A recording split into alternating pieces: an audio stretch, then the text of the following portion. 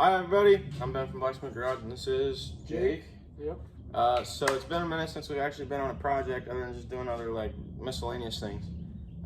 Today we were here to announce that we've got ourselves a 1949 Ford 8N tractor, and the plan for this old girl here is to clean her up for the county fair and do it as a 4-H project, and then try to sell it at fair, I reckon.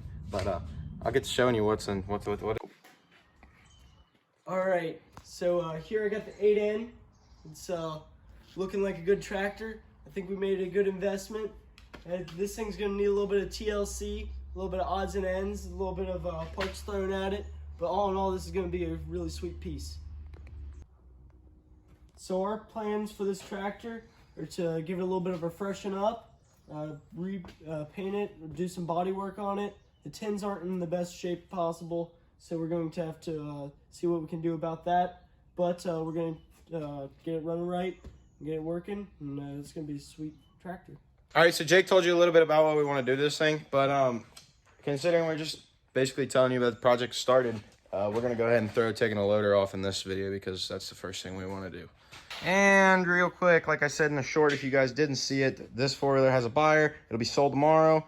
And that orange truck that we had in here that we put a motor in, that truck is sold.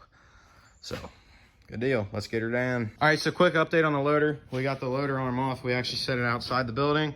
We took the cylinders off. All the other little like miscellaneous stuff and pins is on the floor. And then we still got this frame for the loader to take off yet. But it's going pretty quick, so yeah.